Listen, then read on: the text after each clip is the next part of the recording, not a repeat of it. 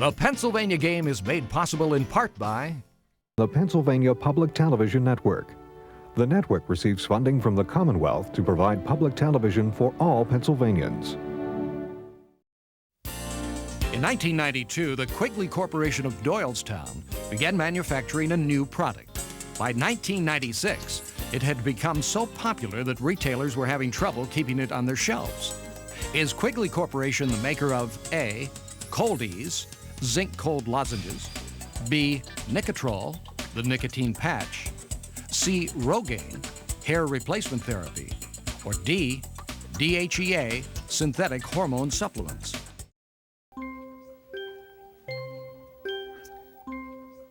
The answer is A, Coldies, zinc cold lozenges. Sold as an over-the-counter cold remedy, a new study suggests that it may help mitigate many symptoms of the common cold, the leading cause of doctor visits and missed work.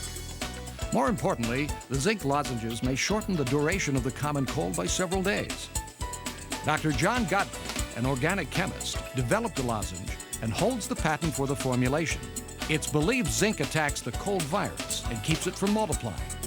Coldies was first introduced in 1994 in McCall's magazine, and later on the cable television network QVC. By January 1997, Quigley Corporation was producing 500,000 bags of Coldies per week. For almost 60 years, Mary Harris Jones, better known as Mother Jones, was a familiar sight at strikes all across the United States. The black-bonneted figure attracted national attention for organizing and aiding workers wherever injustice was found. What was her major accomplishment in Pennsylvania? A, spearheading child support and alimony legislation. B, establishing the United Mine Workers Union. C, forcing state government to recognize a woman's right to work in the public sector. Or D, pressuring the legislature to pass an effective child labor law.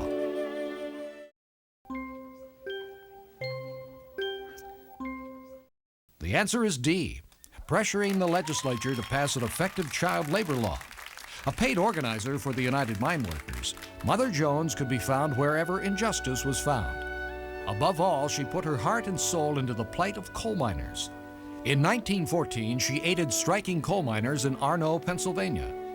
Armed with only brooms and mops, she and a band of women stood guard around the clock, sending strikebreakers fleeing and preventing scabs from entering the mines. Later in Kensington, Pennsylvania, Mother Jones assisted striking textile workers. 10,000 of them were children. Many had been maimed in the mills. She organized an army of boys and girls and marched with them from Philadelphia to New York, condemning the horrors of child labor. The Kensington strike was lost, but Mother Jones' crusade aroused public opinion and led the Pennsylvania legislature to pass and enforce a new child labor law.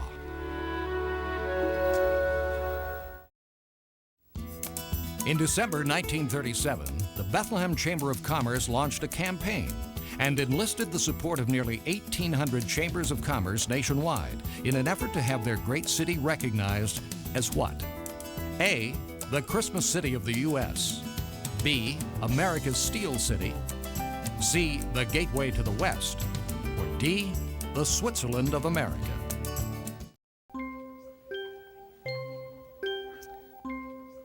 The answer is A. Bethlehem was settled by Moravian missionaries on Christmas Eve, 1741, and named for the birthplace of Christ. In 1937, the head of the Chamber of Commerce wanted Bethlehem named the nation's Christmas city. Letters were sent to chambers of commerce around the country explaining what the city was attempting to do and asking them to publicize it in their local papers. Media nationwide advertised Bethlehem as the Christmas city of the U.S. People were invited to send their Christmas cards to Bethlehem to receive the stamp of Christmas City, and nearly 200,000 people complied. The city also erected an 81-foot-high Christmas star on South Mountain. It's illuminated all year long. Ranked among the best of modern mystery writers, K.C. Constantine of Greensburg, Pennsylvania, created the blue-collar town of Rockburg, Pennsylvania. And what famous character? A, V.I. Warshawski, B, Philip Marlowe, C, Sam Spade, or D, Mario Baltzik?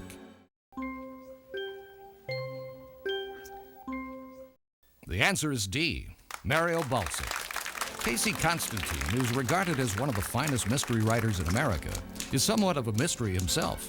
He's been writing for 20 years or more, yet no one knows who he really is.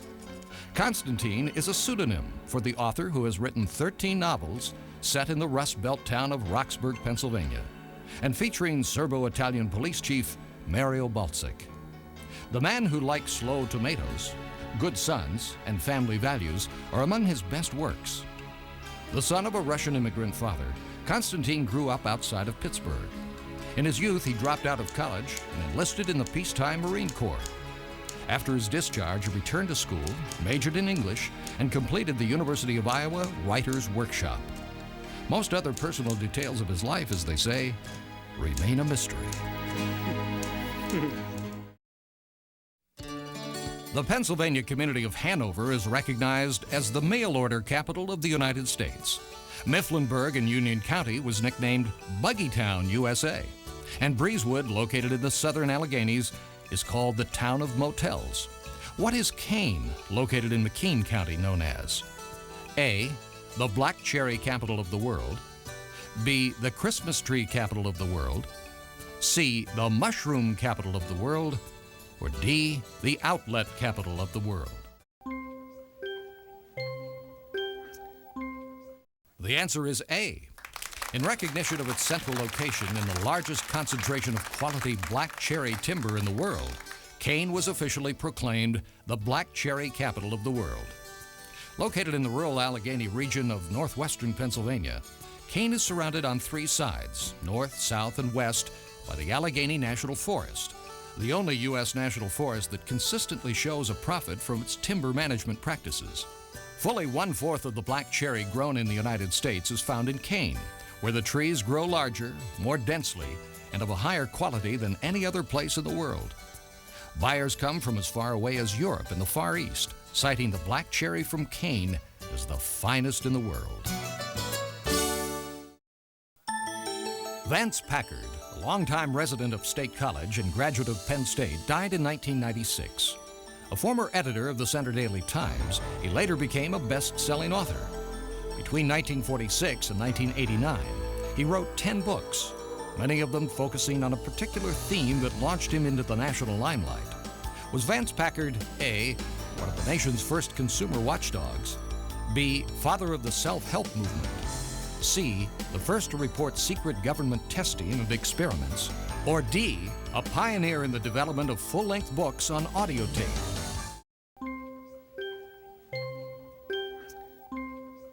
The answer is A. Vance Packard is regarded as one of the fathers of the consumer movement. His best-selling books focused on such issues as consumerism, the corporate rat race, biomedical research, and the decline of the American family and community. The Hidden Persuaders, which was on bestsellers lists for 50 weeks, was followed by The Status Seekers. His best-selling 1960 book, The Wastemakers, was a criticism of manufacturers' strategy of building in planned obsolescence rather than quality to generate sales. His work as a consumer watchdog launched him into the national limelight. Consumers praised Packard's work, which sounded the wake-up call to businesses to become more aware of consumer issues and more responsible about product safety. The American printer, journalist, and inventor Christopher Latham Sholes was born in Mooresburg, Pennsylvania in 1819. In 1868, he patented his most noteworthy invention. Was it the first A, icebox on wheels, B, caricature of Uncle Sam, C, successful typewriter, or D, orthopedic shoes?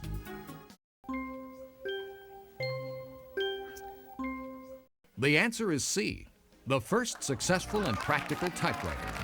In 1868, Christopher Latham Sholes, along with Samuel Soule and Carlos Glidden, received a patent for the typewriter. Sholes later bought out Soule and Glidden and continued over the next 10 years to perfect his invention. For 5 straight years, he struggled to market the machine, but poor health due to tuberculosis led him to eventually sell the rights to Remington Arms Company for $12,000.